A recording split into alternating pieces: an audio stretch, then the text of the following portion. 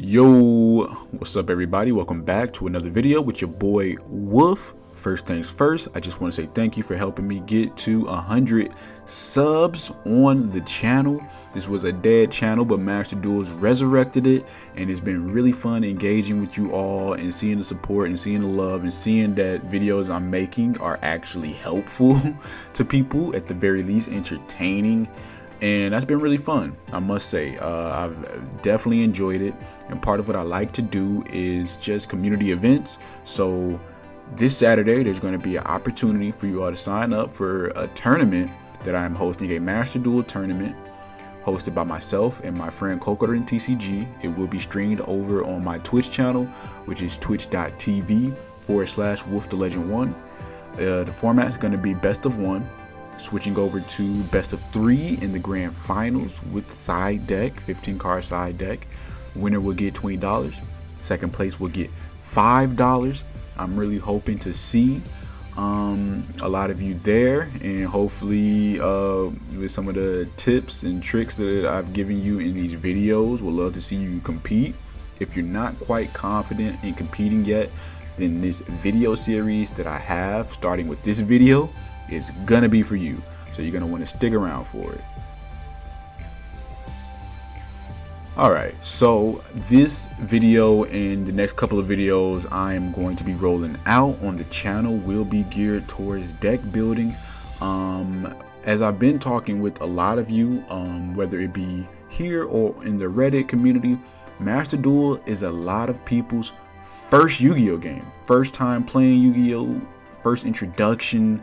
Maybe you've seen the anime but never played the game. This is just a first Yu-Gi-Oh game for a lot of people.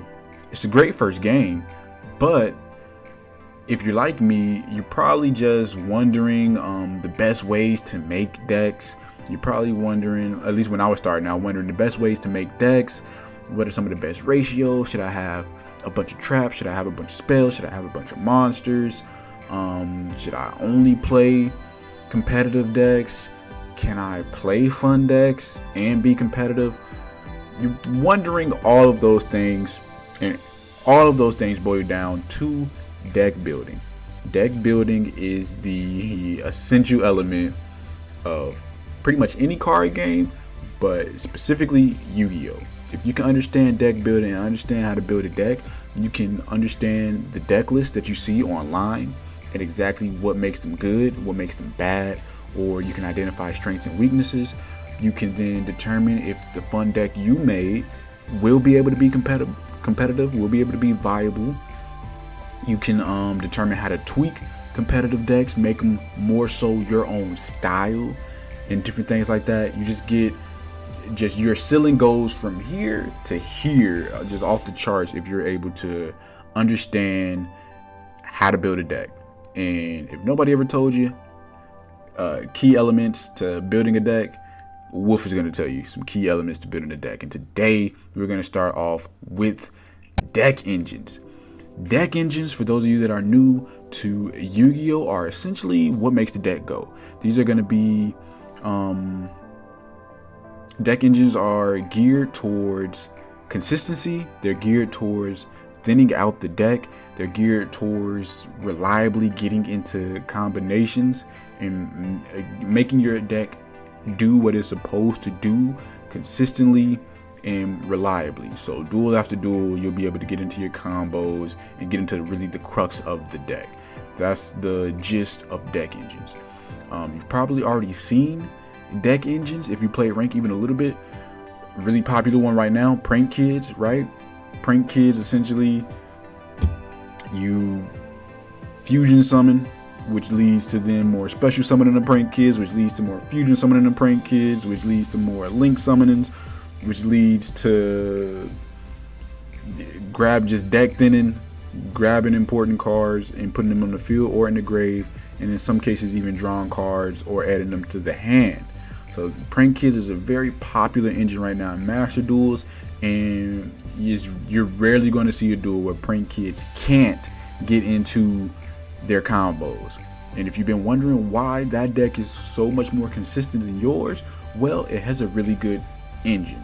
And so I am going to basically give you all an example of an engine, a popular engine in Yu-Gi-Oh in general, not specific to Master Duel. I don't know how popular Invoked is in Master Duel, but in general over the years, Invoked engine has been just really popular, so much so that it's been a big meme that every duel starts by normal summoning Alistair.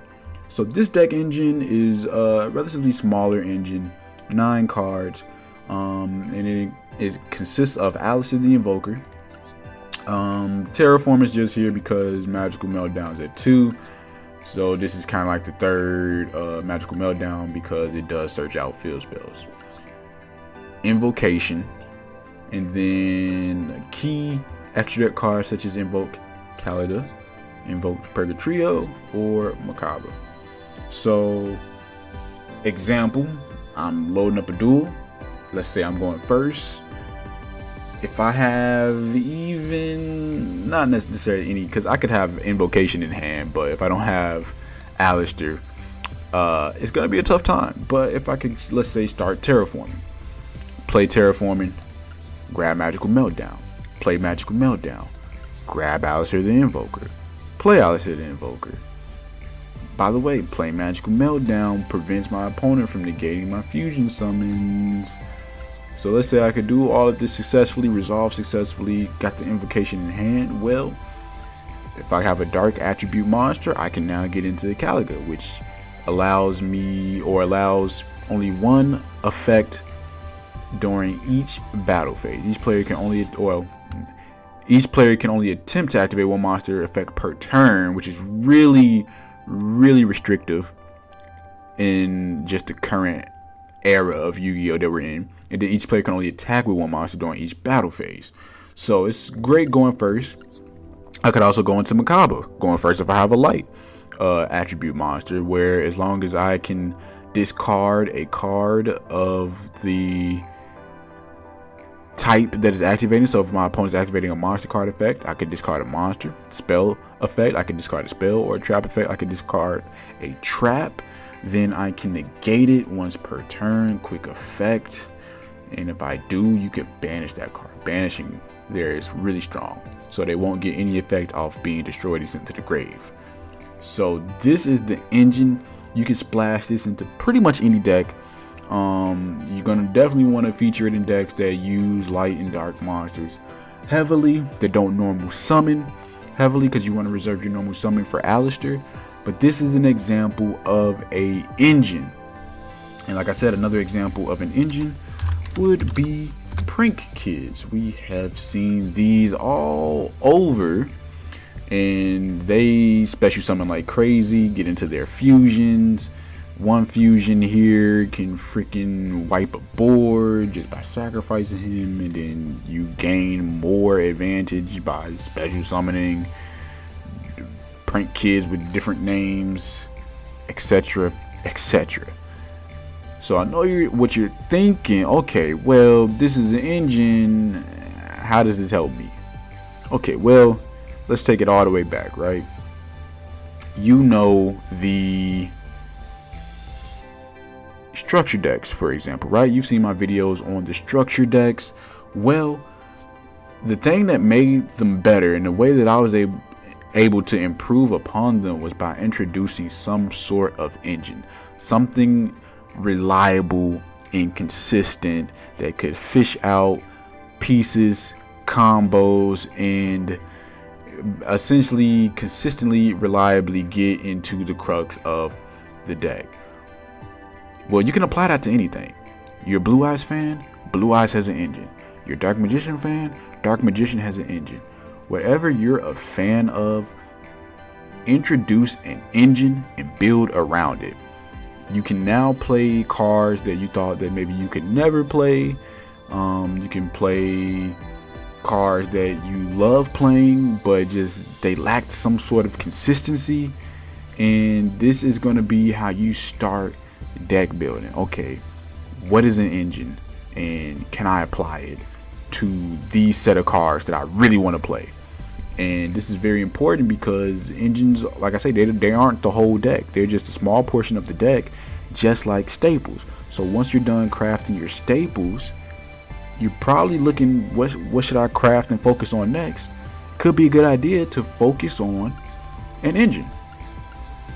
This engine is mostly consists of SRs, which are much easier to craft and to get than URs, just the one UR really, and you don't even need terraforming necessarily, but you can splash it in so many different decks. But this is just one example. There are many engines out there.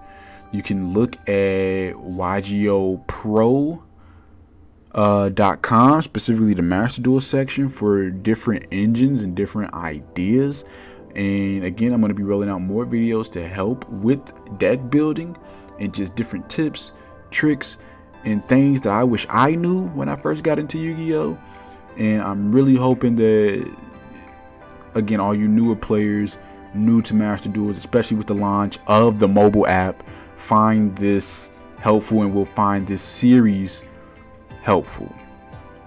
So now you know what a deck engine is, how to make a deck go, and learning the different deck engines. You're going to know exactly when to use your Effect Veiler, exactly when to use your Ash Blossom, exactly when to use your negates. Okay, you're playing against me. You know that I use the Invoked engine. I play Magical Meltdown.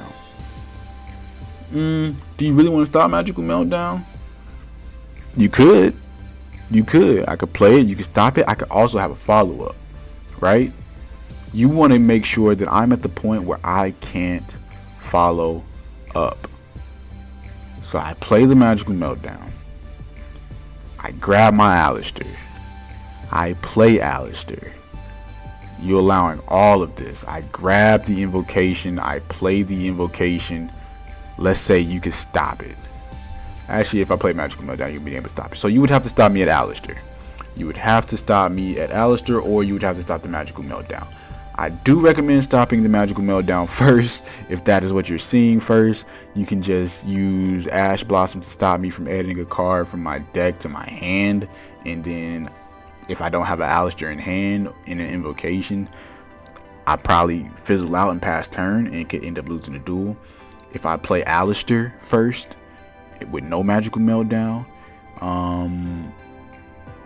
you could maybe stop me from grabbing the invocation, but that's going to be a big gamble because I could have a second one in hand.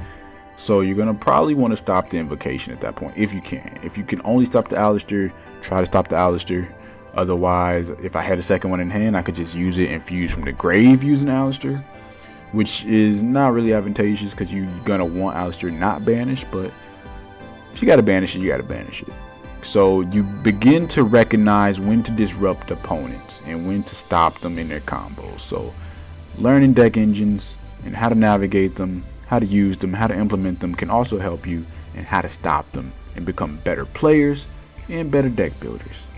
So that's going to be it for Deck Building 101, deck engines, and I'll be coming at you with even more deck building guides in the future. So be on the lookout for it, and I really hope this one helps you out. Till next time, wolf out.